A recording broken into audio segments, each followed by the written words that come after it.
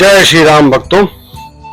आज मुझे अवसर मिला है भगवान राम की कथा कहने का, तो सब लोगों के साथ इस कथा का शुभारंभ करेंगे आज, और कामना करता हूं कि सब लोग इससे जुड़े रहें, राम कथा का श्रवण लें, इसका पुण्य सबको प्राप्त हो, सबके जीवन में हर्षोल्लास, सबके जीवन में सुख की कामना करते हुए इस राम कथा का प्रारंभ करते हैं। तो बोलो सियापति रामचंद्र महाराज की जय। प्रभु राम का आगमन है, पर इतना आसान नहीं था। दशरथ जी अयोध्या में परेशान कि पुत्र की प्राप्ति नहीं हो रही, सब तरह के पूजा पाठ कर लिए पर पुत्र की प्राप्ति नहीं है। अब दशरथ जी परेशान तो करे क्या भाई। गुरु वशिष्ठ को उन्होंने बुलाया और बात करी कि हे प्रभु, हे गुरुदेव, कुछ ऐसा करो कि पुत्र की प्राप्ति हो। सब कुछ है मेरे पास दिया हुआ, धन धान्य वैभव, अयोध्या में सब कुछ था, पर सिर्फ दशरथ जी को एक पुत्र की कामना थी, और सभी को होती है। हम सभी मनुष्य जाति हैं, मनुष्य को सबको ये है कि मेरा वंश चलता रहे, मेरे को एक पुत्र की प्राप्ति हो जिससे मेरा नाम आगे चलाने वाला कोई ना कोई हो। तो प्रभु दशरथ जी को भी यही कामना थी कि एक पुत्र हो और मेरा वंश, मेरा नाम आगे चलाने के लिए एक पुत्र मुझे हो, पर भगवान ने जो लिखा था वो किसी ने नहीं पता था। वशिष्ठ जी ने बोला कि ठीक है प्रभु, आपकी जैसी आज्ञा, और पुत्र प्राप्ति के लिए एक यज्ञ किया जाएगा, भगवान का आह्वान किया जाएगा कि आए प्रभु और हमें आशीर्वाद दें, पुत्र रत्न की प्राप्ति हो। यज्ञ की तैयारियां शुरू हुई, सब रानियां आई, यज्ञ शुरू हुआ, वशिष्ठ जी ने यज्ञ शुरू किया।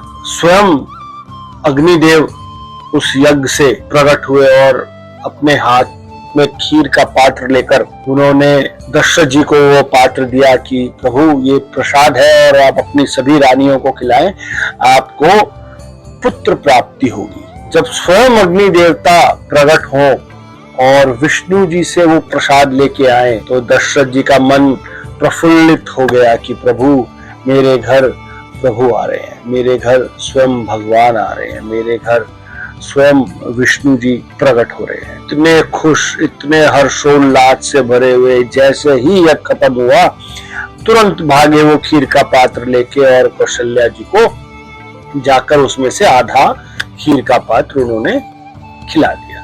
अब उसका आधा कैकेयी जी को, सुमित्रा जी को, सब रानियों को थोड़ा थोड़ा वो प्रसाद ग्रहण करवा दिया। जैसे ही उस प्रसाद का तेज देखिए, उस प्रसाद का फल देखिए, जैसे ही रानी माताओं ने, सबने वो प्रसाद ग्रहण किया, उनके चेहरे पे वो तेज क्यों? कि भगवान स्वयं, भगवान का अंश स्वयं उनके अंदर आ चुका था। तो सोचो, जिसके अंश आने मात्र से इतना तेज हो जाए, वो स्वयं जब आया होगा तो क्या हुआ होगा। खाली अंश मात्र आने से, वो खीर का एक निवाला लेने से उनके चेहरों पर जो तेज था, जो दमक थी, जो प्रसन्नता थी, वो देखते ही बनती थी। वो हुआ क्योंकि भगवान अंश, भगवान स्वयं आकर उनके अंदर विराजमान हुए।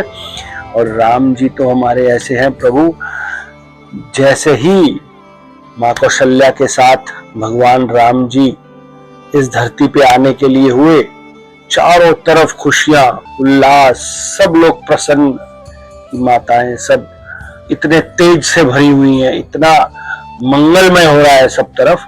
9 महीने निकले, प्रभु राम का इस धरती पर आगमन हुआ, चारों तरफ खुशियां ही खुशियां, क्या फूल, क्या पत्ते, क्या पशु, क्या पक्षी, क्या जानवर, सब लोग प्रसन्नता से झूम उठे कि प्रभु राम आ गए हैं। क्या दृश्य रहा होगा, क्या क्या रूप रहा होगा।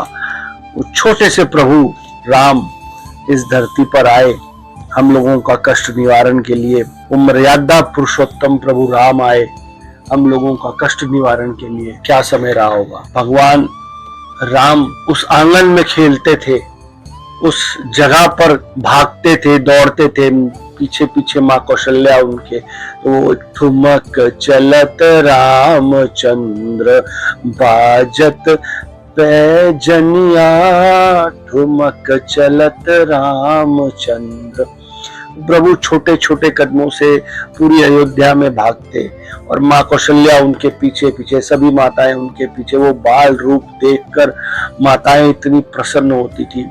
कहते हैं कि ब्रह्मा जी और शिव जी वो बाल रूप देखने के लिए स्वयं धरती पर आए। वो रूप देखने के लिए कि भगवान बाल रूप में कैसे लगते हैं, वो मनमोहक स्थिति को देखने के लिए कहते हैं कि ब्रह्मा जी और भगवान शिव स्वयं रूप बदलकर भगवान राम को बाल रूप में निहारते थे। क्या दृश्य रहा होगा कि छोटे से वो प्रभु राम उस घर में भागते, माँ कौशल्या उनके पीछे पीछे उनके नखरे उठाती, कभी उनको निवाला खिलाती, कभी उनके लिए भोजन देती। आगे आगे भागते हुए हर बालक की तरह वो छोटी छोटी अपनी इच्छाएं रखते अपनी माँ से, और माँ फूली ना समाती उन बच्चों को देखकर, अपने छोटे छोटे उनके कदम देखकर, मिट्टी में लोटते पोतते माँ कौशल्या देखती रहती उनको और निहारती रहती कि भगवान राम मेरे घर में आए हैं। धीरे धीरे प्रभु राम बड़े होने शुरू हुए, उनका यज्ञोपवीत संस्कार हुआ। समय था उनकी शिक्षा दीक्षा, उनको रण कौशल, उनको हथियार चलाना सिखाना, क्योंकि क्षत्रिय धर्म तो उनको करना ही था। वशिष्ठ जी के आश्रम में उनकी शिक्षा दीक्षा शुरू हुई, उनको ज्ञान की शिक्षा दी गई, उनको संस्कारों की शिक्षा दी गई, उनको शास्त्र पढ़ाए गए।